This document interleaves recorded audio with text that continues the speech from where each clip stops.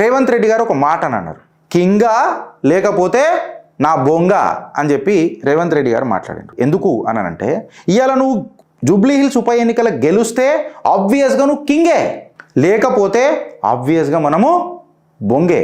So ఇలా king ఎవడు బొంగెవడు ఎన్ని రోజులు ఇంకా తిప్పి కొడితే 14వ తారీఖు నాకు తెలిసి మధ్యాహ్నం 1 గంట వరకు బట్టబయలు అయిపోతుంది. కింగ్ ఎవరు బొంగెవరు. ఎస్, కింగ్ అయితే ఎవరికేం నష్టాలు లేవు. ఆయా పార్టీలల్లో వాళ్ళు సూపర్ డూపర్ హిట్ అవుతారు.